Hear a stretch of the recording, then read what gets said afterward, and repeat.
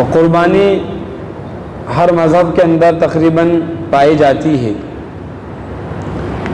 جیسے عیسائی اپنے طور پر، یہودی اپنے طور پر کرتے ہیں، اور ہمارے ملک کے جو ہندو مذہب کے ماننے والے لوگ ہیں جس شکل میں بھی وہ اگرچہ اس کی مخالفت کرتے ہیں، لیکن وہ خود بھی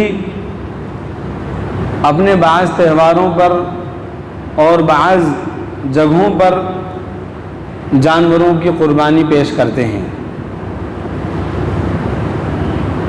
اسلام سے پہلے عرب میں بھی قربانی کا سلسلہ جاری تھا. لوگ قربانی دیا کرتے تھے، قربانی پیش کرتے تھے، بلکہ مینا کے اندر ان دنوں کے اندر حج کے ایام میں باقاعدہ قربانی پیش کی جاتی تھی. لیکن اس میں دو چیزیں غلط تھی، دونوں ہی.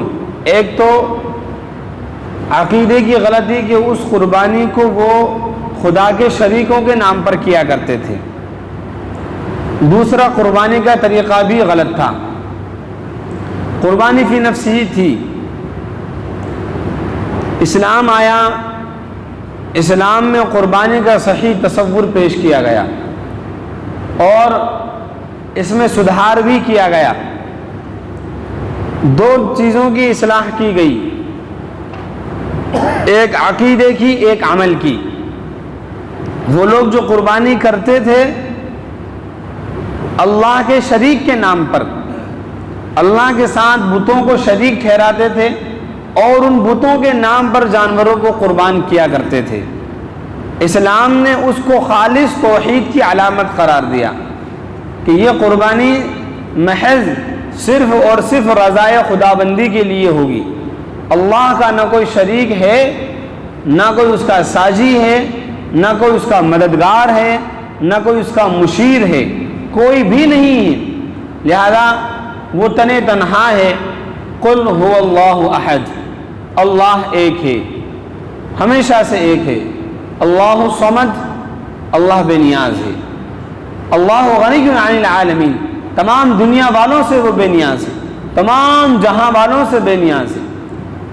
اس کا نہ کوئی باپ ہے، نہ اس کا کوئی بیٹا ہے، نہ ہی کوئی اس کے جیسا ہے. ولم یکن لہ کفوا احد.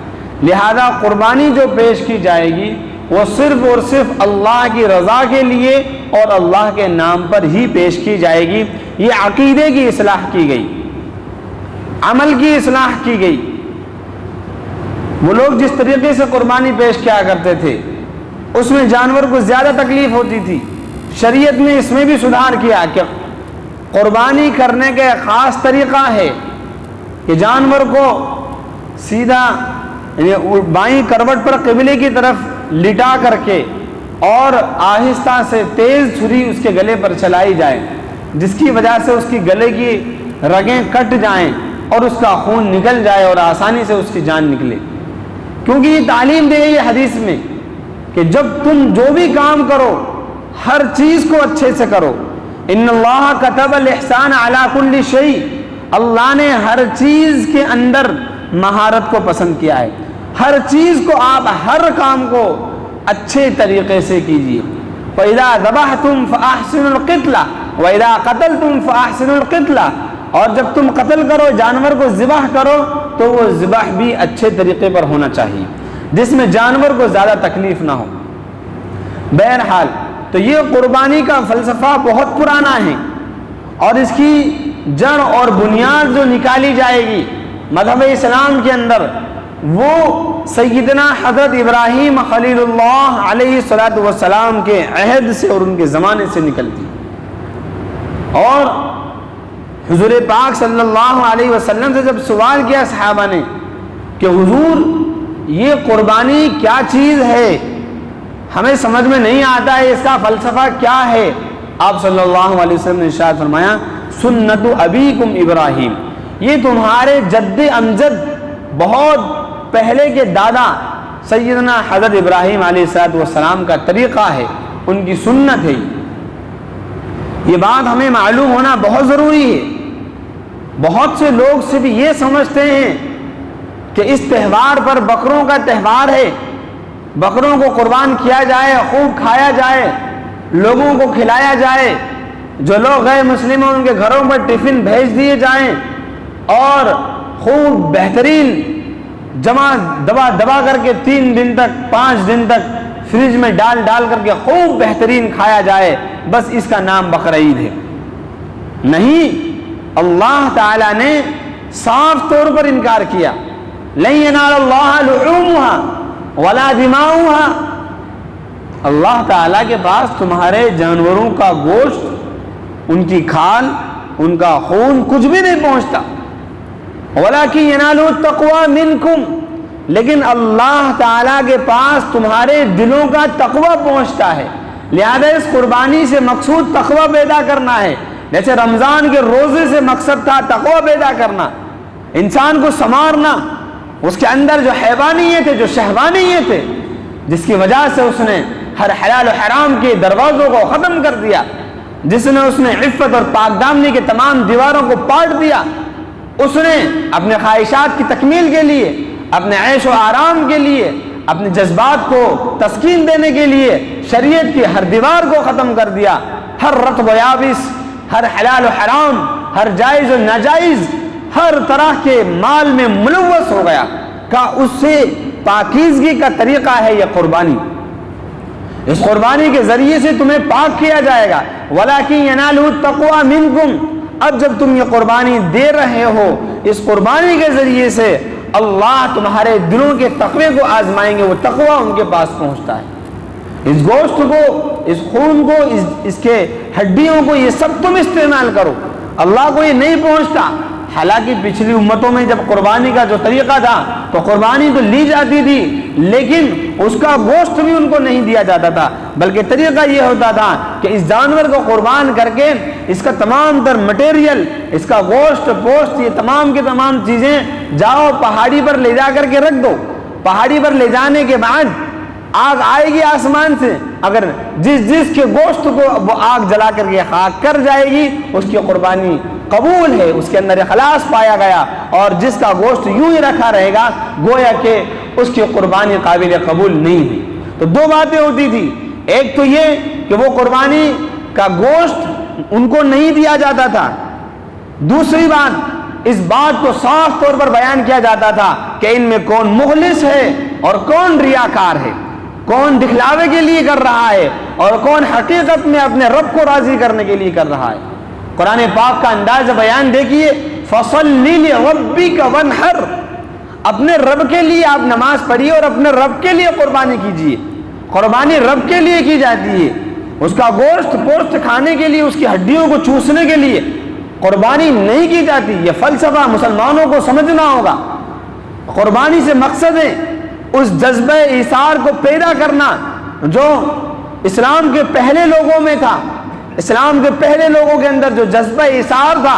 اللہ نے فرمایا وَيُؤْثِرُونَ عَلَىٰ أَنفُسِهِمْ وَلَوْ كَانَ بِهِمْ خَصَاصَةٌ، کہ وہ خود بھوکے رہ جاتے تھے، ان کے پیٹ کے اندر فاقے پڑتے تھے، لیکن وہ اپنے بھائیوں کو ترجیح دیا کرتے تھے۔ قربانی کا جذبہ، اس سے جذبہ اطاعت اور قابلیت جو امنگیں انسان کے اندر سو جاتی ہیں کہ انسان دوسروں کے لیے قربانی دینے کو بھول جاتا ہے، وہ چیزیں اس کے اندر پیدا کرنا مقصد ہے۔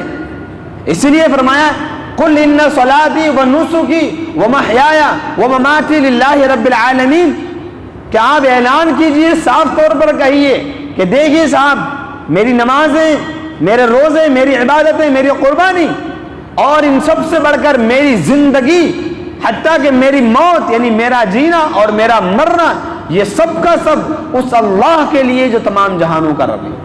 تو قربانی جب ہر سال دہرائی جاتی ہے، اس سے یہ پیغام دیا جاتا ہے خواہشات کو فنا کر دیجیے، اپنے جذبات کو ختم کر دیجیے، اللہ کے لیے بہا دیجیے۔ اللہ نے کہا خون بہائیے تو خون ہی بہانا ہوگا۔ اب وہاں یہ نہیں چلے گا کہ آپ قربانی کے بدلے میں 50 روزے رکھ لیں، آپ قربانی کے بدلے میں 25 30 50 رکعتیں پڑھ لیں، آپ قربانی کے بدلے میں چاہیں تو صدقہ خیرات کر دیں، نہیں، یہ نہیں چلے گا۔ اللہ نے جیسے حج فرض کیا تو آپ یہ کہیں کہ 3 لاکھ روپے 4 لاکھ روپے حج میں لگ رہے ہیں، میں 20 لاکھ روپے غریبوں میں بانٹ دیتا ہوں، نہیں کام چلے گا۔ وہاں جانا ہوگا، اس گھر کے چکر لگانا ہوں گے، وہاں کے تمام ارکان افعال کو انہی خاص مخصوص جگہوں پر جا کر کے ادا کرنا ہوگا، تب جا کر کے حج ادا ہوگی۔ دوسری عبادتوں کو لے لیجیے، نماز کا مسئلہ ہے، آپ کہیں مجھے نماز کا وقت نہیں ہے، کاروبار میں لگا رہتا ہوں، مجھے ایک نماز میں 20 منٹ لگتے ہیں، 5 نمازوں کا 100 منٹ کا ہے، حساب کتاب بنتا ہے، تقریباً پونے 2 گھنٹوں میں میری جتنی کمائی ہوگی وہ سب میں اسلام کے لیے خرچ کر دوں گا، نماز نہیں پڑھوں گا، تو کیا یہ کافی ہو جائے گا؟ نہیں ہو سکتا۔ نماز کی جگہ پہ نماز پڑھنا ہوگی، حج کی جگہ پہ جو ارکان حج کے لیے ادا کیے گئے ہیں، طے کیے گئے ہیں، وہ ارکان ادا کرنا پڑیں گے، جس چیز کے لیے جو چیز طے کی گئی ہے وہ کرنا ہوگا۔ اسی طریقے سے قربانی کے لیے طے کیا گیا ہے کہ صاحب نصاب کو ان مخصوص 3 دنوں کے اندر خون بہانا ہے جانوروں کا، یہی اصل قربانی ہے، خون بہانے سے ہی وہ فریضہ ادا ہوگا۔ اس فریضے کو، اس کی بڑی اہمیت ہے، یہ علماء احناف کے نزدیک واجب ضروری ہے۔ حضور پاک صلی اللہ علیہ وسلم نے ایک حدیث پاک کے اندر ارشاد فرمایا، من وجد سعہ ان یضحی فلم یضحی فلا یقربن مصلانا، کہ جس شخص کے پاس اتنی وسعت ہو، اتنی گنجائش ہو کہ وہ قربانی کر سکتا ہو، اس کے پاس مال و متاع ہے کہ وہ قربانی کر سکتا ہے، فلم یضحی، اس کے بعد بھی اس نے قربانی نہیں کی، آنے بہانے بناتا رہا، صاف اعلان کیا فلا یقربن مصلانا، وہ ہمارے عیدگاہ پر حاضری نہ دے، وہ ہماری عید پر نہ آئے، اس کو دھمکایا ہے کہ اس کے لیے یہ سخت وعید ہے کہ وسعت ہونے کے باوجود اگر آپ قربانی نہیں کر رہے ہیں تو آپ عیدگاہ پر نہیں آئیں گے، یہ بتلایا گیا، یہ وعید ہے اس کی، یہ بڑی اہمیت کا کام ہے۔ حضور پاک کو حکم دیا گیا فصل لربک وانحر، آپ صلی اللہ علیہ وسلم پورے 10 سال مکہ کے مدینہ کے اندر رہے، پورے 10 سال آپ صلی اللہ علیہ وسلم نے قربانی کی، اور کئی قربانیاں کی، یہی نہیں بلکہ آپ سفر میں ہوتے تھے، سفر میں رخصت ہوا کرتی ہے، جیسے نماز میں قصر ہو جاتی ہے، اگر کوئی انسان سفر میں ہے تو وہاں پر اس پر قربانی واجب نہیں ہوتی ہے، اس کے باوجود حضور پاک صلی اللہ علیہ وسلم نے سفر میں قربانی کی، قربانی پیش کی۔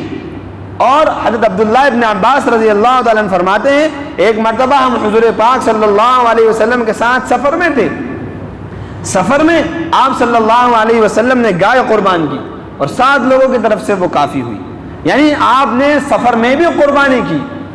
بہرحال تو اس کا مقصد ہے کہ آپ خون بہائیں، جانوروں کو قربان کریں۔ اب بات اصل میں یہ ہے، اب بات آپ آئیے اصل مقصد کی طرف جو ہم آپ کو آج بتانا چاہتے ہیں۔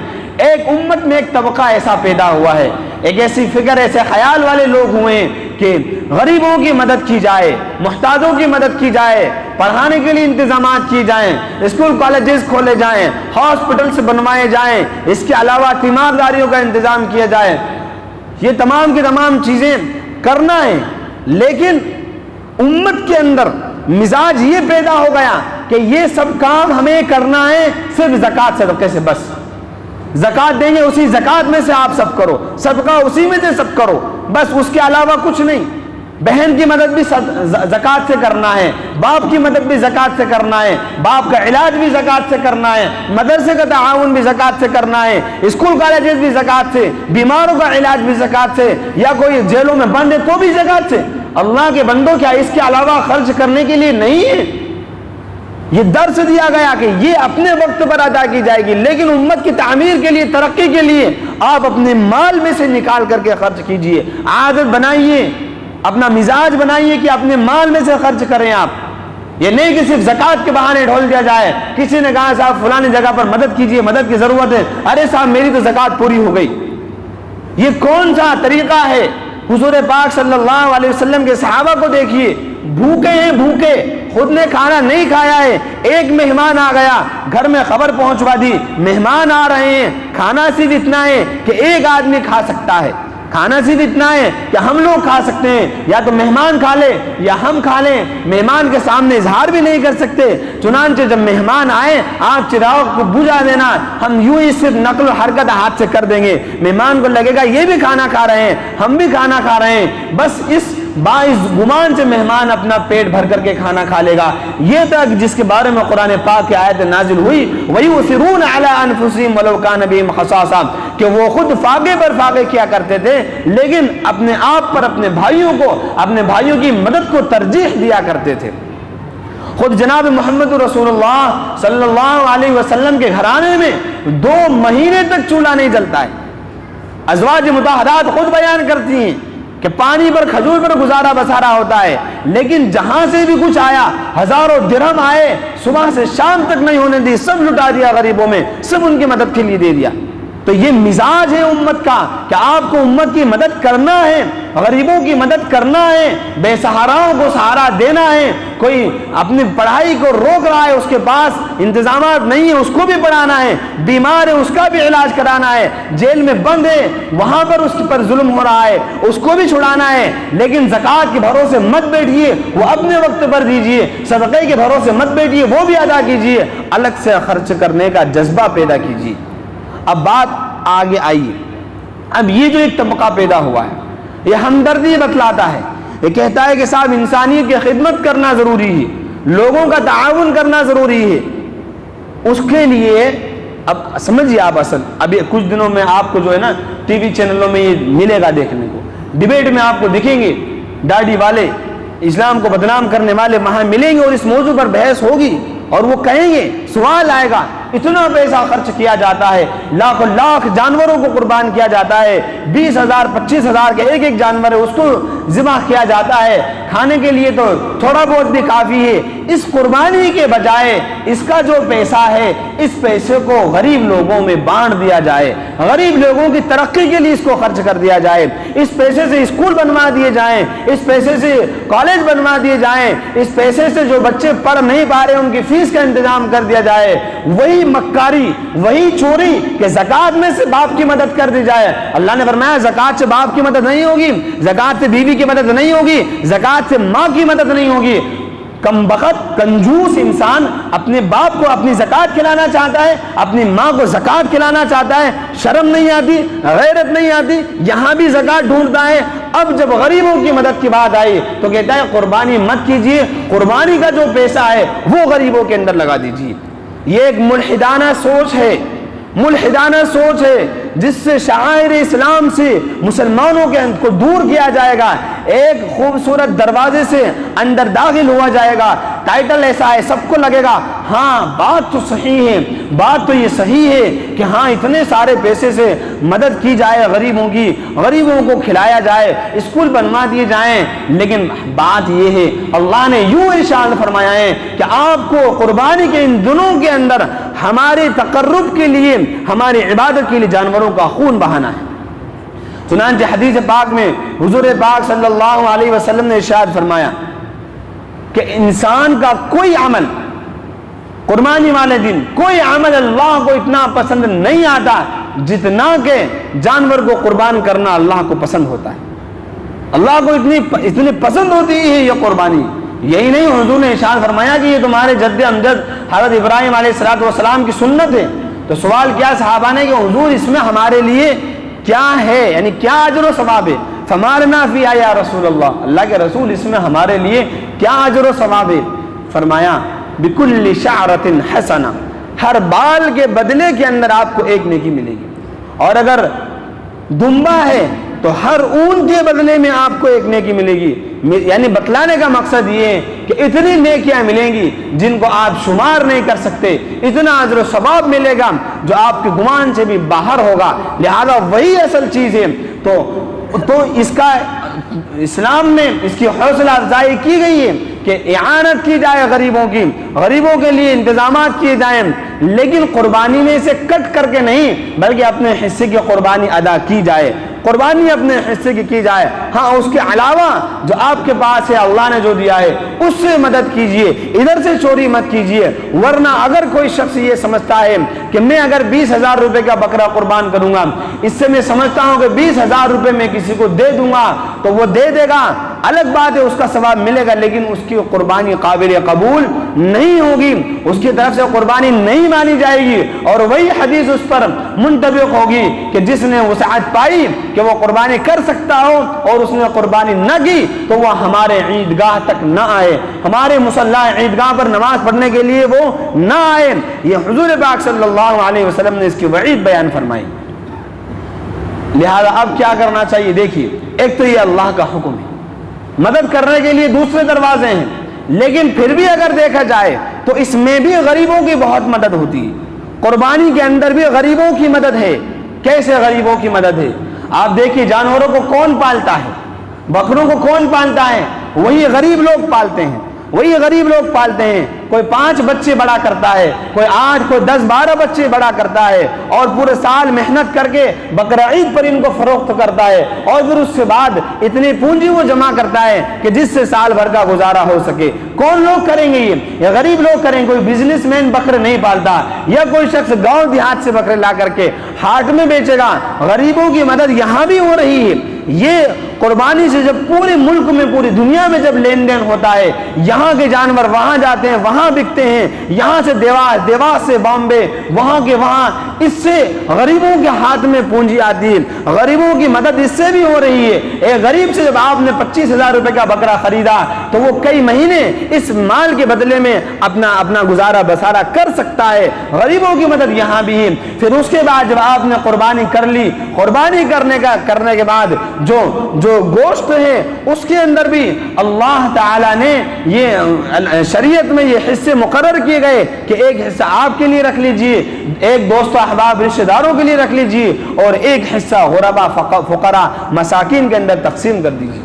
اور ہوتا ہے اللہ کے فضل و کرم سے ان دنوں کے اندر غریب لوگ بھی پیٹ بھر کر 3 دنوں تک بہترین فراوانی کے ساتھ اپنی ضرورتوں کو پوری کرتے ہیں. ورنہ بہت سے لوگ ایسے بھی ہیں کہ جو مہینے کا انتظار کرتے ہیں, 15 دن میں 10 دن میں ایک مرتبہ گوشت خرید کر کے لاتے ہیں. اللہ کے اس فضل و کرم سے جب اللہ نے قربانی کا حکم دیا تو ان کو بھی یہ موقع میسر ہوتا ہے کہ وہ بھی 1 دن میں, 2 دن میں, 3 دن تک خوب جو ہے وافر مقدار میں گوشت اللہ تعالیٰ ان کو بھی نصیب کر دیتا ہے. تو یہ بھی غریبوں کی مدد ہے. لہذا وہ جو دھوکہ دیا جا رہا ہے کہ آپ قربانی کے بجائے اس پیسے کو غریبوں کی مدد میں خرچ کر دیا جائے, یہ محض ایک شیطانی دھوکہ ہے تاکہ مسلمان اللہ کے لیے اپنی خواہشات کو پورا کرنے سے رک جائے. ورنہ تو کل کو یہ ہوگا کہ نماز نہیں پڑھی جاتی, صدقہ کر دوں گا, روزہ نہیں رکھا جاتا, صدقہ کر دوں گا, حج پر جانے میں بزنس کا نقصان ہوگا, 40 دن کا حرج ہوگا, چنانچہ جتنے میں حج ہوگا اتنے رقم میں جو ہے اللہ کے راستے میں خرچ کر دوں گا. نہیں, اس سے وہ ثواب اور وہ فریضہ آپ کا ادا نہیں ہو سکتا. لہذا قربانی کی اصل بات یہ ہے کہ جانور کو ذبح کیا جائے, اسی سے قربانی ادا ہوگی. یہ ہر مومن کے دل کے اندر ہونا چاہیے. اور اللہ نے فرمایا کہ اللہ کے یہاں تمہارا جانوروں کا گوشت, ان کا خون, ان کی ہڈیاں نہیں پہنچتی, وہ سب تمہارے پاس رہتی ہیں, وہ سب تمہیں غریبوں کے اندر تقسیم کرنا ہے, تمہیں خود کو استعمال کرنا ہے. ہاں ایک بات ہے, اللہ کے یہاں جب تقویٰ جاتا ہے تو اخلاص کے ساتھ قربانی کیجیے, اس میں دکھلاوا مت کیجیے, ریاکاری مت کیجیے, شہرت بازی مت کیجیے. کوئی مطلب نہیں ہے. آپ کے 50-60 ہزار روپے, 20-30 ہزار روپے کا کوئی مطلب نہیں بنتا. آپ صرف جو شرط کے مطابق کہ آپ کا بکرا 1 سال کا ہونا چاہیے, پارا 2 سال کا ہونا چاہیے, اس شرط کے مطابق آپ قربانی کیجیے.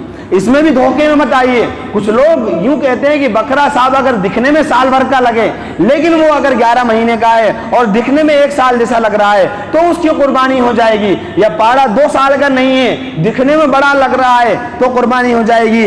نہیں ہوگی. 1 گھنٹہ بھی اگر کم ہے تو بھی قربانی نہیں ہوگی. 1 گھنٹہ بھی اگر کم ہے تو قربانی نہیں ہوگی. یہ خاص صرف دمبے کے ساتھ خاص ہے جو ہمارے یہاں بہت کم پائے جاتے ہیں.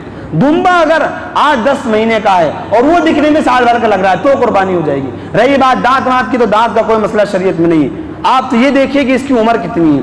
پارا 2 سال کا ہے بس وہ آپ کے لیے قربانی آپ اس کی کر سکتے ہیں. بکرا 1 سال کا ہے قربانی کر سکتے ہیں. دانت وانت کا کوئی مسئلہ نہیں ہے. کر لیے ہو تو ٹھیک ہے, نہیں کر رہے ہو تو ٹھیک ہے, زیادہ کر لیے کم کر لیے کوئی مسئلہ نہیں. بہت ساری اسی طریقے سے عیب دار جانور کی قربانی درست نہیں ہے. جس کا سینگ ٹوٹ گیا وہ اندر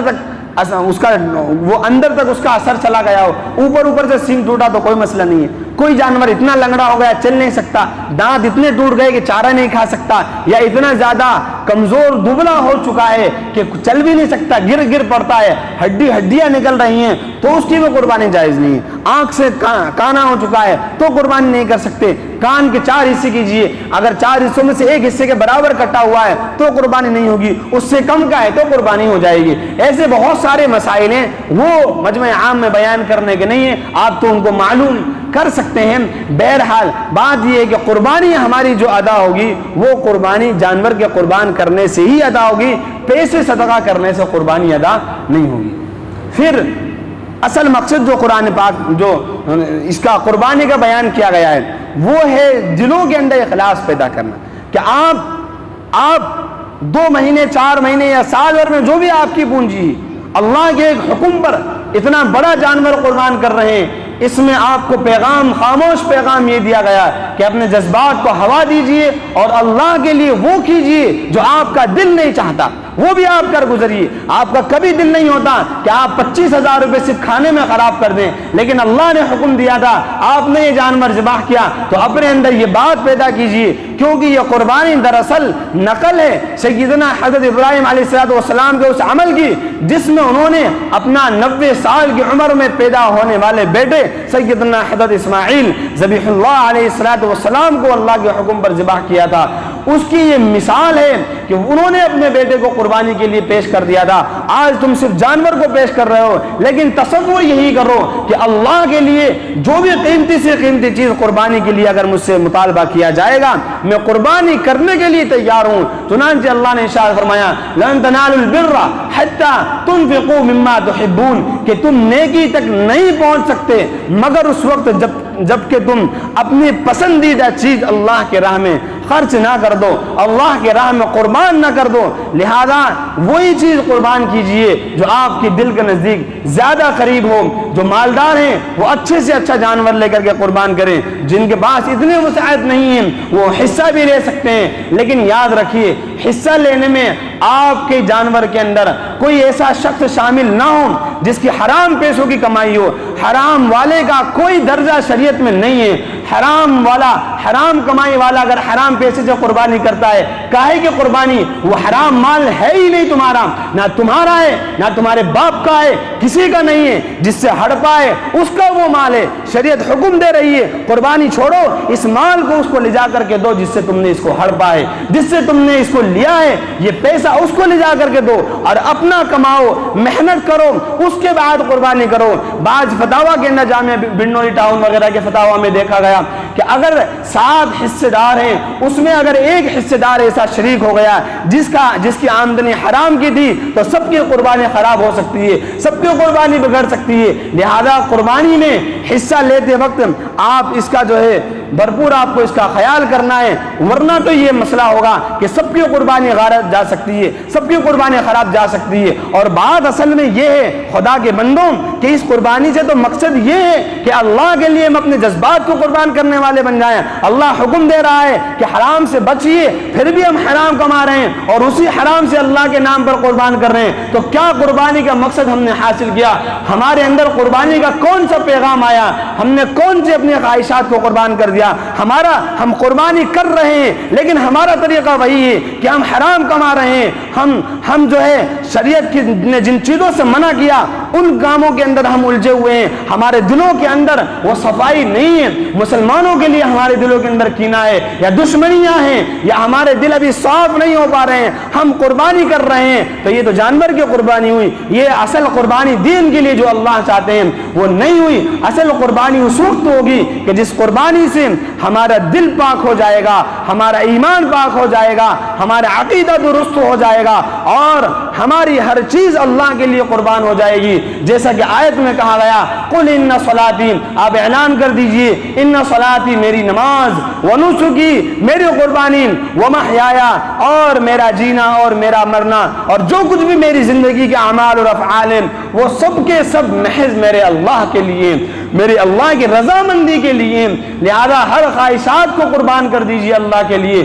یہ جو چیزیں ہیں کہ ہم غیروں کو خوش کرنے کے لیے، دوسروں کی رضامندی کے لیے جھوٹ بولنے پر تیار، دوسروں کی رضامندی کے لیے چکنی چھپڑی باتیں کر رہے ہیں، دوسروں کو خوش کرنے کے لیے دوسروں کی برائیاں کر رہے ہیں، اللہ کی ناراضگی کی کوئی پرواہ نہیں، اللہ کی ناراضگی کی کوئی اہمیت نہیں۔ انسان راضی ہو جائے، مالدار راضی ہو جائے، پولیٹکس سے راضی ہو جائے، یا یہ بڑا آدمی راضی ہو جائے، خدا کے بندوں کوئی کتنا بھی بڑا ہو جائے، اللہ سے بڑا کوئی نہیں ہو سکتا۔ لہذا اگر پرواہ ہے